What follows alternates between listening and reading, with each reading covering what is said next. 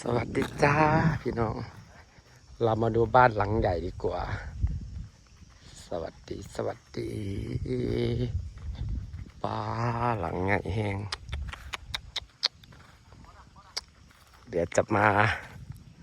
ไปหลังมาส้มบ้านสาววันแล้วเราค่อยซื้อบ้านเจสีก็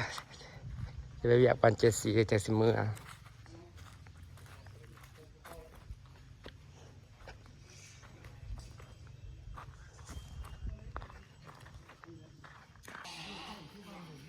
หลังใหญ่ได้ทรงขนาดนะพี่น้องป้า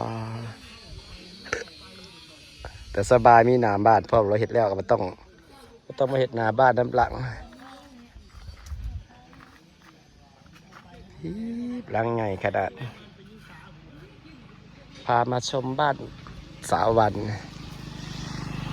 เห็นยอดกิเล็กคืออยากเก็บยอดกิโลมาต้มเถอะวะหลายป่ะมาดูขี้เหล็กก่อนนะครับ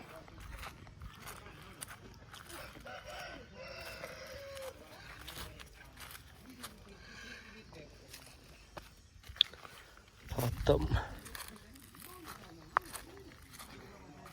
บ้านหลังใหญ่มาก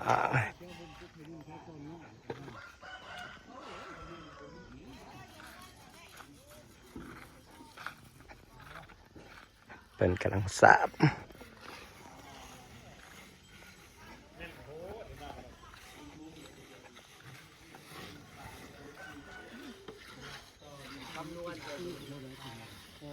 เอาก็สมบัติคือนอนคำนวณเรื่องดาวกับโลก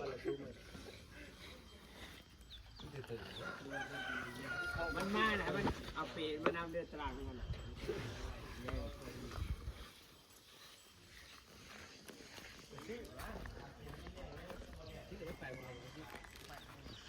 สาววันดิเซล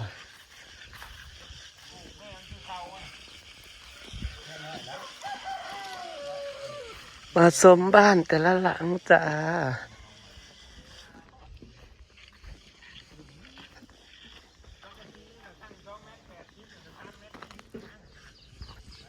ก็กองเพื่อนไปใส่ปะ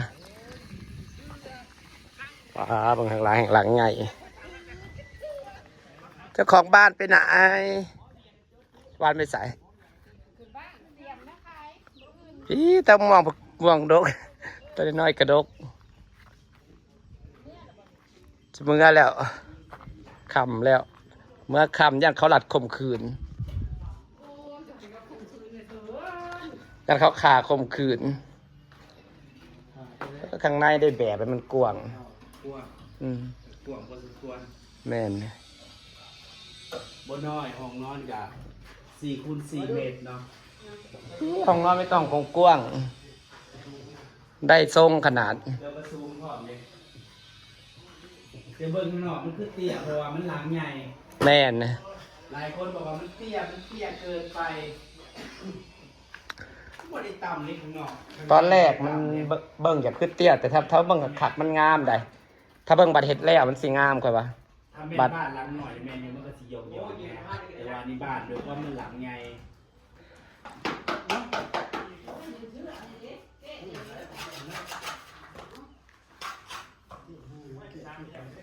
ไปบ้านคึมก่อนดีกว่าเราจะค่ำแล้วบ้านคึมดีกว่าผู้สร้างอัมบาลาก็กำลังขึ้นโค้งไปสร้างให้ตาเห็นงานแข่งแดดขนาดเลย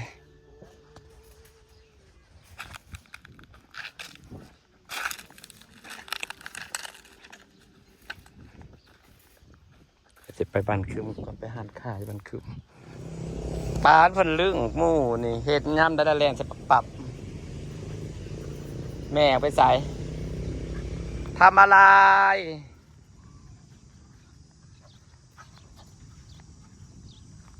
มาแบะหาเซ็กซี่ก็จะสิมือกระเทินให้มาเลย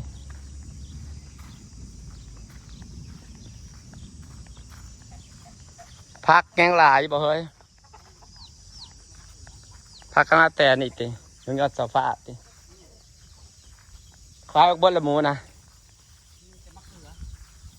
ไป ไหนมาสวัสดีค่ะพี่น้อง ไป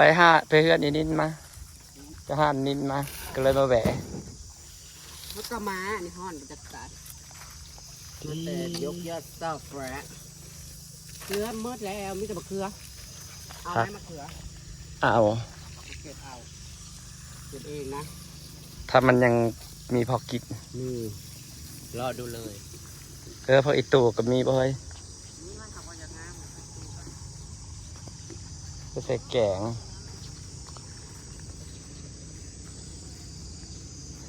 มาแวะพี่นาก็เป็นนานพักกระปลูกง่ายพอคือพอฮักไปเดี๋ยวให้พอคอเนี้ยพอคอปอบนะมะเขือเปาะนะคะมะเขือเพิ่นงามเลยพี่น้องเก็บมะเขือไปกินก่อน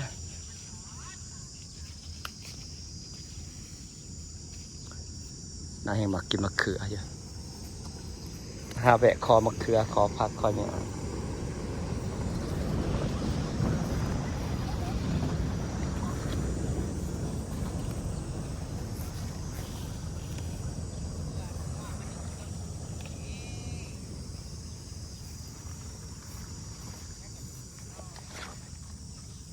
คนลายไปยังหยอดสะพานนะเฮ้ยคนลายไปยังหยอดสะพานเป็นบุญเลยบะจะบ่ได้เห็ดบุญบังไฟแต่บน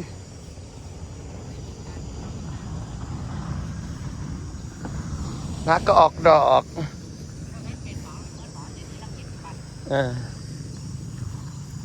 กินมักโมก็เสือกโมมาผ่ามันห้อนอยากกินมักโมไปหาดนินเห็นมักคายมักโมหน่อยมักใหญ่อย่างได้ซื้อมาผ่า แล้วก็เที่ยวมึงพาตัวสีก่อนคุณรดน้ำก่อน ไอ้ตะวันใหม่ประพักอะไรนะพวกโป้งเลยนะ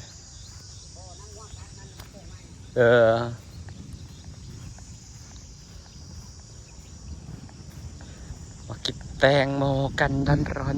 ๆจ้า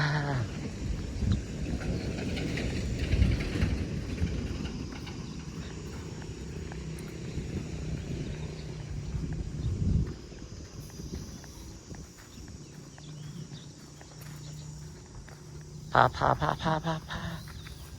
าแตงโมเย็นๆกินกาเลยพะเสีย แล้วกันเห็ดขอบคุณ เก็บมะเขือไปกินไปเลยคำหนึ่งมันสีห่อนนะครับปัจจุบันยังห่อนจะจับแบบยกเสื้อผ้าเสยเนาะสุกอยู่ปะเนี่ยมันห่อนเลยอยากมักหมักของโมนะหน่วยหนึ่งก็ด้วยน้อยนี่กินผู้เดียวบดเสือเดี๋ยวก่อนความขวัญหมัก บางคนกินกับเขา แม่อากาศมันห่อนจี๊ดนี่โอ้ยพอดีกินเดี๋ยวมาจับพี่เนาะมาแวะจังหน่อยกระซิม คำแล้วสิฝากบรรยากาศไว้สักนิดละจ้าพี่น้องจ้า